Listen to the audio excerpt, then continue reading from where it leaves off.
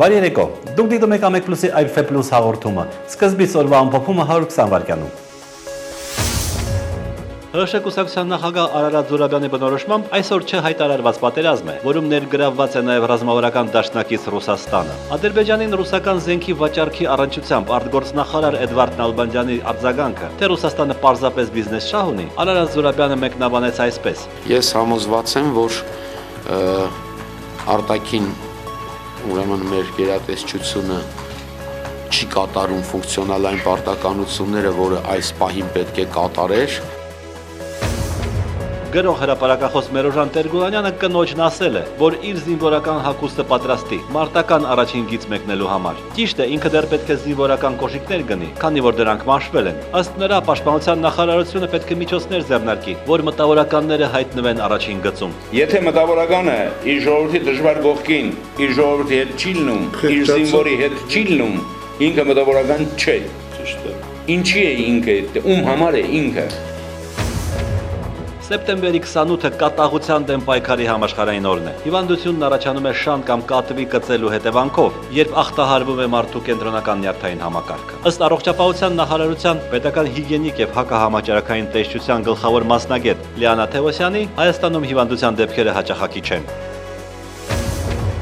Աշխարհի ավելի քան 100 երկրներում սեպտեմբերի 28-ը նշվում է որպես տեղեկատվության ազատության միջազգային օր։ Այսօր ինֆորմացիայի ազատության կենտրոնը հանձնել է ավանդական ոսկե բանալիներն ու Ժան-Գոտ Կողբեքը թափանցիկ եւ փակ աշխատանքի համար։ Ժան-Գոտ Կողբեքը տրվեց Արմավիրի քաղաքապետարանին։ Գինեսի գրքի ռեկորդագիր Ռոման Սահրադյանը սեպտեմբերի 30-ին պատրաստվում է նոր ռեկորդ սահմանել։ 1 րոպեում 40-45 պտույտ կատարելով պտտաձողի վրա։ Սակայն այս անգամ նա կունենա նաև անմիջական մրցակից, որը նույնպես պատրաստվում է նման ռեկորդ սահմանել։ Նույնպես սիրողական պարապող են Հարիկ Ադամյանը։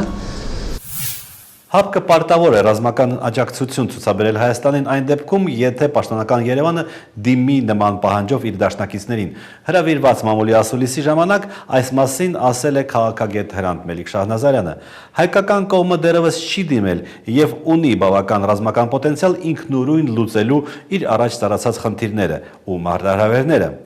Հուսով եմ, որ չենք ունենա այդպիսի օրեր, երբ ստիպված կլինենք դիմել օտարներին։ Թեկուզ դաշնակից, բայց օտարի ռազմական աջակցությանը, ասել է քաղաքագետը։ Ազգային ժողովրդարական միություն կուսակցությունը, որը գործում է 20 տարուց ավելի, կողմ է խորհրդարանական կառավարման համակարգին։ Ըստ կուսակցության նախագահ Վազգեն Մանուկյանի, կուսակցության ծրագրի մեջ գրված է, որ կողմ են այդ համակարգին եւ կողմ են նաեւ համամասնական ընտրություններին։ Մենք անընդհատ պայքարել ենք դրա համար եւ հիմա, երբ ներկայացված է նախագիծ, մենք չենք կարող նախագծին դեմ լինել, ասել է Վազգեն Մանուկյանը։ ԵԱԿ Մինսկի խմբի համանախագահները հավատարիմ են Լեռնային Ղարաբաղի հակամարտության լուծման նոր որոշումներ փնտրելու եւ արդեն ընդունվածները իրականացնելու գործին։ Այս հայտարարությունը արել է Ռուսաստանի արտաքին գործերի նախարար Սերգեյ Լավրովը։ Ես շատ ուրախ եմ, որ ստեղծվել է այս հնարավորությունը համաձայնեցնելու մեր մոտեցումները եւ համոզվելու, որ մենք ավելին կարող ենք անել ի լրումն արդեն ընդունված քայլերի, որպեսզի առաջ շարժվենք Լեռնային Ղարաբաղի հակամարտության կարգավորման գործընթացում։ Բացելով Լեռնային Ղարաբաղի հակամարտության կարգավորման շուրջ ԵԱՀԿ համանախագահների հանդիպումը, ասել է Սերգեյ Լավրովը։ Օրվա լրահոսը։ Սեպտեմբերի 25-ին ադրբեջանական հրթիռակոծությանը ենթարկված Զորամասի 16 վիրավորներից 6-ը տեղափոխվել են Երևան, բժիշկների հավաստմամբ նրանց կյանքին վնաս չի սպառնում։ Մեկին սպասվում է Ազդրի շրջանի վիրահատություն, իսկ մյուսինը Բազոսկրի Աճբազոսկրի վիրահատություն է սպասվում։ Արմանը 2 ամսվա զինվոր է, օրը սովորականի նման էր սկսվել, բայց թշնամու գրոհը փոխեց ամեն ինչ։ Ոտքս լրիվ այլումս հետում էր, ման չէի կարողանում հիշել, հիշողությունս լրիվ կորցրել էր, ես մի կետ նստել էի մատ պատիտ, ես միջով բերեցին ասրեցին ստե։ Տղան առանց հոր է մեծացել, մայրը հույս է ունեցել, որ որդուն զինվորական ծառայության այդքան հեռու չեն տանի։ Ես թոշակառուկին եմ, սենքի բանտեմ, որ ասեմ առողջություն չունեմ, երեխայս էլ ինձ աշխատում ինձ պահում է, բայց Սենց ստացվեց Ղարաբաղ տարան։ Ինչպես եւ Զորամասում, այնպես էլ այստեղ Արմանի կողքին մարտական ընկերն է Արկադին։ Չնայած հարձակման օրը առաջիններից մեկն ինքն է վիրավորվել, բայց ամեն ինչ մանրամասն հիշում է, սակայն բառերով նկարագրել դժվարանում է։ Մենք մինակ փրկվենք էլիստից։ Մինակ փրկվենք։ Արկադիի մայրը Տիկին Վարդանուշը մինչև դեպքի օրը 2 գիշեր աչքը չի փակել, անընդհատ տղայի ձայնն է լսել։ Մի տարի հետ էինք գցել սրտի պրոբլեմով։ Ու նույնիսկ դիք հաշվի չարան։ Ես Երանի գտամ ասում որ այդ բային ուրիշ բան չի կատարվել։ Բժիշկներն ասում են, որ տղաների բուժումը 1-ից 4 ամիս կտևի, նրանցից 2-ը դեռ վերակենդանացման բաժանմունքում է, սակայն ապաքինվելուն պես նրանք բոլորը միաբերան պնդում են, վերադառնալու են Զորամաս սահմանն անառիկ պահելու համար։ Էրեբունի Երևան տոնակատարության համար ծախսվելիք գումարներն ուղղել սահմանային գյուղերից մեկի հրատապ կարիքները հոգալուն։ Այս պահանջով համացանցում ստորագրահավաք է սկսել, որին արդեն միացել է մոտ 3500 մարդ։ Երևանցիներից շատերը միանում են այդ նախաձեռնությանը։ Եթե այդ միջոցները ուղղվի իսկապես սահմանամերձ այդ հարցերի լուծմանը,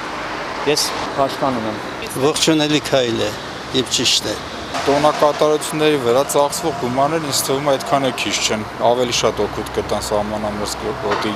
գոտում գտնվող բնակավայրին, չգիտեմ ինչ հարցերի կոնկրետ, բայց մեծ օգուտ կտան։ Տոնակատարությունները անելն էլ, չանելն էլ ճիշտ չի, վերջը Երևանին է վերաբերվում, տոնակատարությունները կարելի է ոչ այդքան ճոխանել։ Երևանի քաղաքապետարանը կարծես չի էլ պատրաստվում քննարկել այս առաջարկը, բայց վերջնական պատասխան կտան առաջիկա մամլո ասուլիսում։ Իսկ երևանցիները զարմանում են նման դիրքորոշումից։ Եթե այնտեղ զոհա է, այստեղ ուրախանում են, վատ է դա։ Ճիշտ չէ։ Չէ, այդ մեր ազգն է, ի՞նչ տարբերություն։ Երևանցի են, թե սահմանամերձ գյուղից ժողովուրդը։ Ես կատեգորիկ դեմ եմ այդ տոնակատարությանը, չգիտեմ ինչի համար է պետք դա անել։ Եթե մենք այս տեսակի երկրում ենք ապրում նման պայմաններում, ում համար է այդ տոնը։ Անցած տարի Էրեբունի Երևան տոնակատարության համար ծախսվել է 180 միլիոն դրամ, որից 45 միլիոն դրամը հանրապետության հրապարակում համերգի կազմակերպման համար։ Այս տարվա ծախսերի մասին առայժմ տվյալ չի հրապարակվում։ Հունիսի 23-ին էլեկտրաէներգիայի թանկացման դեմ բողոքի ցույցը լուսաբանելիս ոստիկանների բռնություններից տուժած 24 լրագրողներից 6-ը մինչ այսօր չի հարցաքննվել։ Առ այսօր 10 լրագրողի է տրվել տուժողի կարգավիճակ։ Ես չեմ հիշում դեպք, որ ոստիկանության, անվտանգության կամ որևէ այլ ծառայության պետական բաներ խառնված լինեն լրատվամիջոցների դեմ կատարված բռնություններին ու այդ գործը բացահայտվի ու հասնի դատարան։ Իրազեկ քաղաքացիների միավորում հասարակական կազմակերպությունը հատուկ քննչական ծառայության հետ նամակագրական կապի մեջ է։ Դանիել Իոաննիսյանը հիշեցնում է ոստիկանության բարձրաստիճան սպաների գործոնը։ Հատուկ քննչականը բնականաբար չի ցանկանում դատարան ուղարկել թեկուզ գեներալ Աշոտ Կարապետյանին, ով միարժեքորեն մեղսակից է այս հանցագործության մեջ, որովհետև առնվազն ժամը ինքն է որոշել։ Դանիել Իոաննիսյանը այնուամենայնիվ մտնում է քննիչների դրության մեջ։ Գեներալին պատասխանատվության կանչելու համար պետք է Բահրամյան 26-ի թույլտվությունը։ Սեպտեմբերի 22-ին գլխավոր դատախազ Գևորգ Կոստանյանը հանձնարարել է ստեղծել քննչական խումբ, բայց հասարակական կազմակերպության տվյալներով քրեական գործը դեռևս քննում է մեկ քննիչ։ Ցուցարարների դեմ հարուցված քրեական գործով որտեղ առավելագույն սանկցիան ընդամենը 50,000 դրամ տուգանքն է, խուլիգանության առաջի մասով։ Քննչական խումբը 53 քննիչից է բաղկացած։ Քանի քննիչ է վարում այս գործը, հարցաքննվել են արդյոք գործով ներգրաված ոստիկանները, RRS-ում լրագրողների եւ ոստիկանների միջև տեղի ունեցել է թե ոչ։ Նախնական քննության այս փուլում քրեական գործին վերաբերող այլ տեղեկություններ հրապարակել չենք կարող։ Նախաքննության ընթացքը հույժ գաղտնի պահելը ըստ Դանիել Իոաննիսյանի անտրամաբանական է։ Պետք է հիմնավորվի, որ դրա հրապարակումը կարող է վնասել նախաքննության շահերին։ Հատուկ քննչական ծառայությունը դա չի պնդում։ Աշխատանքային գրքույկների գործածությունից դուրս գալու մասին օրենքն ուժի մեջ կմտնի հոկտեմբերի 22-ից, սակայն գրքույկները դեռ պետք է լրացվեն։ 2017 թվականին գրքույկների ներկայացման պահանջը աշխատանքից ընդունվողների հանվում է, իսկ դրանից սկսած 2 տարի մինչև 2019 թվականի հունվարի 1-ը նախկինում վարվող աշխատանքային գրքույկներն են հանվում շրջանառությունից։ Հայաստանը հետխորհրդային տարածքի վերջին երկրներից է, որտեղ աշխատանքային գրքույկները դեռևս կիրառվում են։ Դրան զուգահեռ, սակայն աշխատողների մասին տվյալները ներմուծվում են էլեկտրոնային համակարգ։ այն կարգավորումները, որոնք որևէ ձևով չեն օգտակար չեն գործատուի համար եւ աշխատողի համար եւ պետության համար, այդ կարգավորումները ուղղակի ավելորդ բեռ են։ Այս դեպքում հենց աշխատանքային գրքույկներ վարելուն է վերաբերում։ Transparency International հակակոռուպցիոն կենտրոնի իրավախորհրդատու Հերիկ Նաստիգրանյանը եւս հնացած է համարում աշխատանքային գրքույկներ վարելու պրակտիկան, չնայած որոշ ռիսկեր կան։ Վախ կա, անվստահություն, որ կարող է այդ համակարգը հանկարծ մեկ օր բարձվի, համակարգը չաշխատեց, համակարգը խզում տվեց, ապա ինչ կլինի այդ ամբողջական տեղեկատվությունը։ Տեղեկատվական համակարգերի ապահովության մասին ես չեմ կարող խոսել, բայց նման տեղեկատվական համակարգեր կան հատկապես զարգացած երկրներում եւ վարվում են այդ տեղեկատվական համակարգերը։ Հերիկ Նաստիգրանյանն աշխատողների իրավունքների խախտումների մեծաթիվ լինելը չի պայմանավորում աշխատանքային գրքույկի լինել չլինելու հետ։ Ոչ թե քաղաքացին պիտի գնա բերի տեղեկան կապացուցի, որ ինքը այսքան տարի աշխատել է A կամ B գործատուի մոտ եւ ունի այսքան տարվա ապահովագրական աշխատանքային ստաժ տարիներ, այլ պետական մարմինները տեղեկատվությունը փոխանակում են միմյանց միջև։ Իդեպ աշխատանքային գրքույկների գործածությունից հանելուց հետո գործատուները պարտավորված կլինեն դրանք ներկայացնել պետական լիազոր մարմնին։ Հայաստանի եւ Արցախի սահմաններին ակտիվ մարտական գործողությունների հերթական վերսկսումը բնականաբար ունի քաղաքական պատճառներ եւ կապված է առաջին հերթին Նյու Յորքում ընթացող ՄԱԿ-ի գլխավոր վեհաժողովի եւ այդ շրջանակներում կազմակերպվող հանդիպումների հետ։ Ցավալին այն է, որ ամեն մի հաջորդ սրացման ժամանակ կողմերն օգտագործում են առավել խոշոր ռազմական տեխնիկա, որը բերում է մարդկային ավելի մեծ զոհերի եւ ավերածությունների։ Ինչպես են այս անգամ զարգանալու գործընթացները։ Օրվա գլխավոր թեման։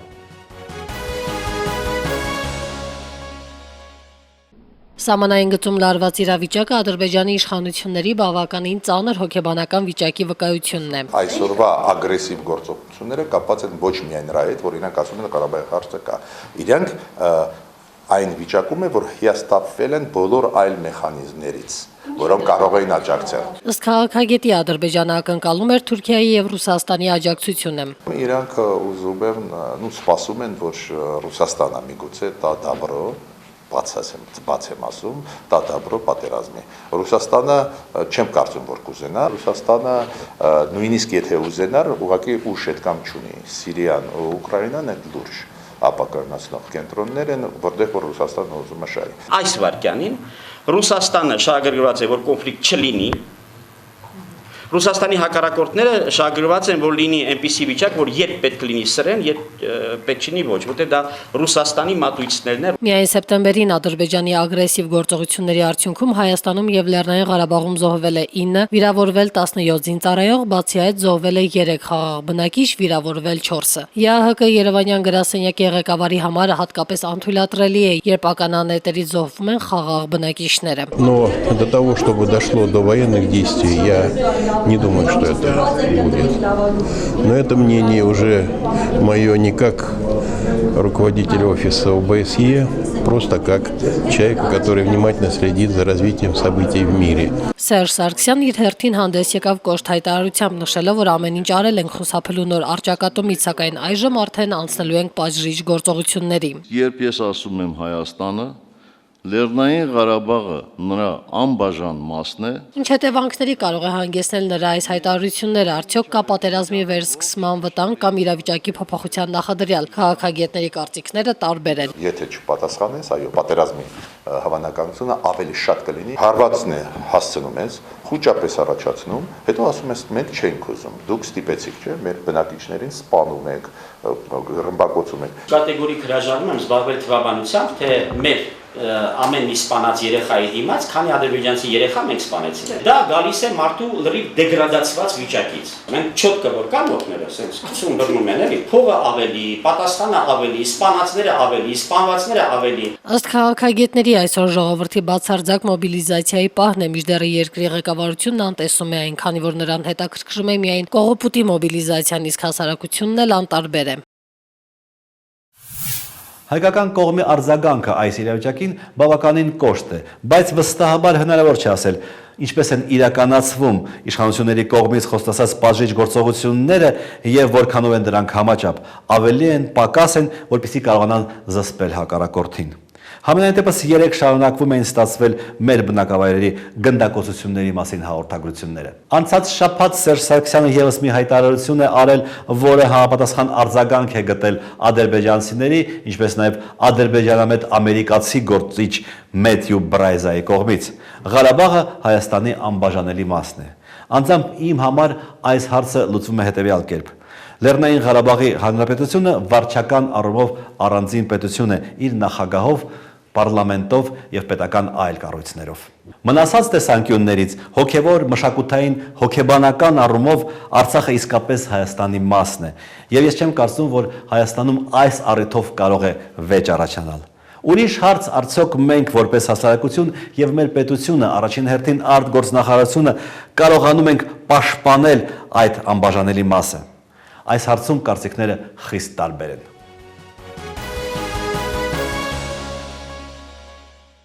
Ամեկլուսի զրուցակիցն է անվտանգության հարցերի հայկական ինստիտուտի տնօրեն Ստեփան Սաֆարյանը։ Ստեփան, ուղիղ հարցնեմ, Արցախը Հայաստանի անբաժանելի մասն է թե ոչ։ Սա մի հարց է, որի պատասխանը կախված իրավիճակից մենք տարբեր կերպ ենք տալիս, միգուցե դա եւ ճկունությունը ապահովում եւ վատ է, բայց ամենայն դեպս դե ֆակտո այո Հայաստանի մասն է, բայց դե յուրե ինքը ոչ, իմ կարծիքով ի նկատի ունենալով Լեռնային Ղարաբաղի ժողովրդի կամ արտահայտությունը 1991 թվականի դեկտեմբերի 10-ին եւ իմ կարծիքով եւ նաեւ միջազգային իրավունքի դաշտում Ադրբեջանից Արցախի անջատումը օրինական ձևակերպման դաշտ բերելու առումով թերևս կարևոր է հարգել Արցախի ժողովրդի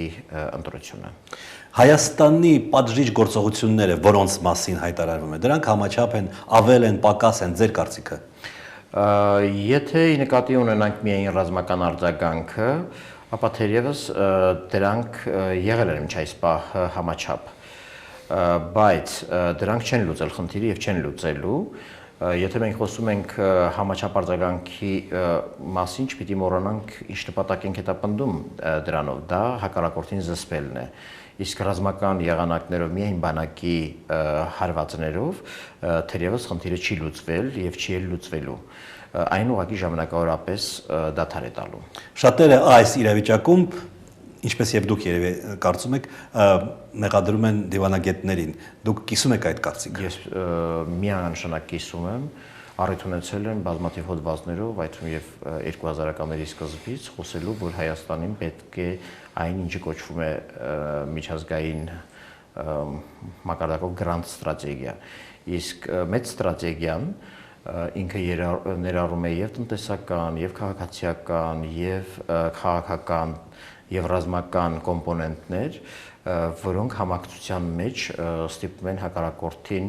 զսպված պահել։ Այսօր Հայաստանը բացարձակապես կարելի ասել ոչինչ չի անում միջազգային կառույցներում Ադրբեջանին զսպելու եւ շրջանակների մեջ պահելու առումով։ Այսօր Հայաստանի արտաքին քաղաքականության քայլերը անբավարար են, մեղմ ասած, ուրեմն հակառակորդի համար խնդիրներ ստեղծելու եւ նրան զսպված դարձնելու համար այսօր հայ-ադրբեջանական այս կոնֆլիկտում քաղաքացիական եւ հասարակական համակարգված մասնակցությունը այն աստիճան չի, ինչ աստիճանի, որ պետք է տեսանելի լիներ։ Տնտեսական լծակների մասին չեմ ուզում խոսել, մենք նույնիսկ այդ դաշտում ոչ միայն լուրջ ուսումնասիրություններ չունենք, այլ նաեւ քայլեր չունենք։ Շնորհակալություն։ Ես եմ շնորհակալ։ Իմ զրուցակիցն էր անվտանգության հարցերի հայկական ինստիտուտի տնօրեն Ստեփան Սաֆարյանը։ 2005 թվականի սեպտեմբերի 28-ին ազգային ժողովը վերջին երրորդ ընթերցմամբ ընդունեց սահմանադրական փոփոխությունների նախագիծը։ Գրանցված 100 պատգամավորներից 90-ը կողմ քվեարկեց նախագծին։ Անդիմադիր պատգամավորները ընդհանրապես չմասնակցեցին քվեարկությանը։ Ազգային միաբանության պատգամավորները հայտարարել էին, որ իրենց առաջարկները չընդունվելու դեպքում նրանք բոյկոտելու են քվեարկությունը։ Նրանց փաստորեն միացան նաև Արդարության դաշինքի պատգամավորները։ Էլ ինչ հետաքրքիր իրադարձություններ են տեղի ունեցել սեպտեմբերի 28-ին անկախ Հայաստանի պատմության ընթացքում։ Նյութեր Ամեկլուսի պահոցից։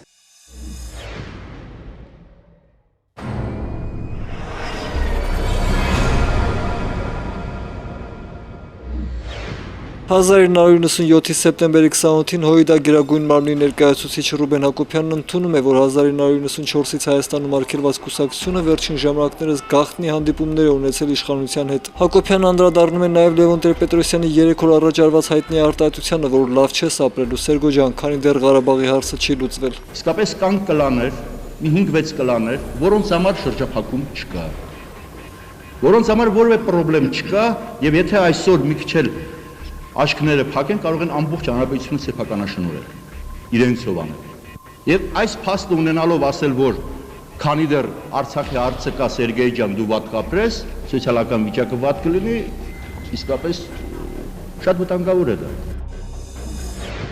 Այս փոքրիկը 6 երեխաներից մեկն է, որի ոտքը վնասվել է Մեղրիի շրջանի Ագարակավանի քաղաքային մարզադաշտում ընկերների հետ ֆուտբոլ խաղալիս։ Ըստ վարկածներից մեկի մարզադաշտում զորավարժություններից հետո այստեղ մոռացել են ականանետ, ականի պայթյունից տուժածի վիճակը գնահատվում է ծանր։ Պետք է առաջին հերթին կազմակերպված լինի ուրեմն երեխաների խաղալու տեղը, թե այն տարածքը, որտեղ են նրանք խաղում։ Ես տեղում եղել եմ, ոչ մի տես ուչեբկայի բան չի եղել, ոչ մի զորամասի կողմից խախտումներ չեն եղել։ Երեխաները գտել են, չարություն են արել ցածունի դաշտում, ու տես դժբախտ պատահար է եղել։ 1998-ի այսօրը ՀՀՇ-ական պատգամավոր Հովհաննես Սիգիթյանին հեռացնում են Եվրոպայի խորհրդի խորհրդարանական վեաժողովի հայաստանյան պատվիրակության նախագահի պարտականություններից։ Իգիթյանն ասում է, որ խորհրդարանի ղեկավար Խոսրով Հարությունյանը կանչել է իրեն եւ պատվիրել Ռոբերտ Քոչարյանի անունից դիմում գրել, թե չէ վատ կլինի։ Նա էլ հանդիպել է նախագահին եւ պարզել, որ Հարությունյանը ստում է։ 1998-ի այսօրերին Երևանի կենթանաբանական այգին համալրվում է գետաձիով, բիզոնով եւ ջայլամով։ Այգին կենթանիներին ձեռք է բերում փոխանակումների ճանապարհով։ Գնացքով Հայաստան բերված գետաձին ճանապարհին որոշ վնասվածքներ է ստացել։ Դժվար է ասել, որ նրանց խնամքի պայմանները լավագույնն են։ Չի կարելի ասել, որ բոլոր պայմանները իրանց ապահովված են։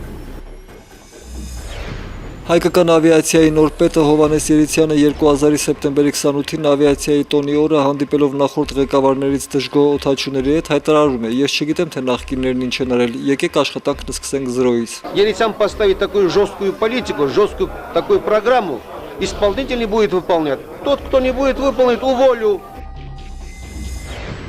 Թեպետ խաղողագործները անցյալ տարվա համեմատ իրենց ապրանքը մթերում են ավելի էժան գներով, Երևանի կոնյակի գործարանի մոտ հերթեր են։ Խաղողահյութն ուղղակի բեռնատարների թափքից լիտրերով լցվում է ասֆալտի վրա։ Հերթն այնքան երկար է, որ գյուղացիների մի մասի անպիտան դարձած բերքից հնարավոր է դառնում միայն օղի թորել ու ծախել։ Ու մի հատ էլ փաստաթուղթ տվեք, որ կանեմ շուկա, լիցենզիա չուզեք ինձնից, որ ես դնեմ իմ գինուն արաղը վաճառեմ, վաղը չգա, կանի օրգանի աշխատող ասի, բայ տուրա, այդ որտեղից։ Այ որ կողքը մաշկ ասեմ այստեղից։ Միասնություն դաշինքի փլուզումից հետո 2000-ի սեպտեմբերի 28-ին ընդդիմությունն ազգային ժողովում փնտրում է նոր մեծամասնություն։ Այդ մեծամասնության մեջ պետք է բաշխվեն տարբեր կուսակցությունների պատասխանատվություններն ու լիազորությունները։ Եթե սա էլ իրավիճակ չփոխի, Ռոբերտ Քոչարյանը պետք է ցրի խորհրդարանը։ Այն, որ այսօր հանրապետության նախագահը նաև բարոյական մեծ իրավունք է ստացել, իրավականը միշտ ուներ, բայց այսօր նաև բարոյական մեծ իրավունք է ստացել ցրելու այս խորհրդարանը, ես դրանում կասկած չունեմ։ 2001-ի սեպտեմբերի 27-ի դրությամբ Հայաստանն ունի եվրոպական ցածր ձայնային չափանիշներին համապատասխանող միայն 1A310 օդանավ։ Սակայն այդ ինքնաթիռը մի քանի օր առաջ 2001-ի սեպտեմբերի 17-ին Զվարթնոցից դեպի Փարիզ իրականացրած թռիչքի մեկնարկից 15 րոպե հետո շարժիչի անսարքության պատճառով վերադառնում է Զվարթնոց։ Նոր շարժիչի տեղադրումից հետո սեպտեմբերի 27-ին այդ օդանավով տուն է վերադառնում Հռոմի Պապը։ 2009-ի սեպտեմբերի 28-ին Շիրակի մարզում տեղում է սեզոնի առաջին ձյունը, գյուղացիները զայրացած են, պաշտոնյաները շփոթված։ Այսպես բան ես հələ կյանքիս մեջ տեսած չկա, այսօրվա օրեցում։ Կարտոֆիլները քանդած մնացել է, բերքը ծառի վրա թափել է, էլ ինչ եղել է։ Վնաս չէ։ Հիմնականում վնասը հասնելու է այգիներին։ 2012-ի սեպտեմբերի 28-ին ոստիկանապետ Վլադիմիր Գասպարյանը որոշում է սրբագրել հանրահավաքներին միշտ դաժանության բաճկի ընկած բազազմականունով հայտնի Ռոբերտ Մելքոնյանի կերպարը։ Նա շատ լավ դաստիարակված անձնավորություն է, ասում է Գասպարյանը։ Նա հարգանքի արժանի մարդ է եւ բազազ անուն նա բացարձակապես չի ասում։ Նա բազազ չի իր տեսակով առևտրական չի, նա այն չի, որ այդ անունի տակ կարելի է պատկերացնել։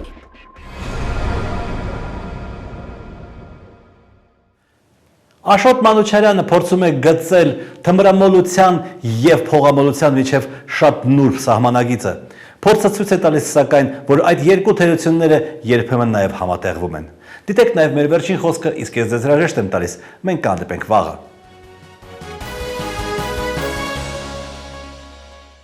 Հա, լավ, ուրեմն ունենք կարող ենք ունենալ թմրամոլ ղեկավարություն, եթե բախտներս բերեր։ Բախտներս չի բերել, ունենք փողամոլ ղեկավարություն։ Թմրամոլությունը միլիոն անգամ գերազանցող մոլուցք է, որը ոչ մի հնարավորություն չի տալիս մարդուն բանականության մի կաթիլի վրա անգամ հենվել։ Деньги, деньги, дребедь, деньги, позабыв покойнее. Делай деньги. Делай деньги, а остальное все дребедень. А остальное все дребедень.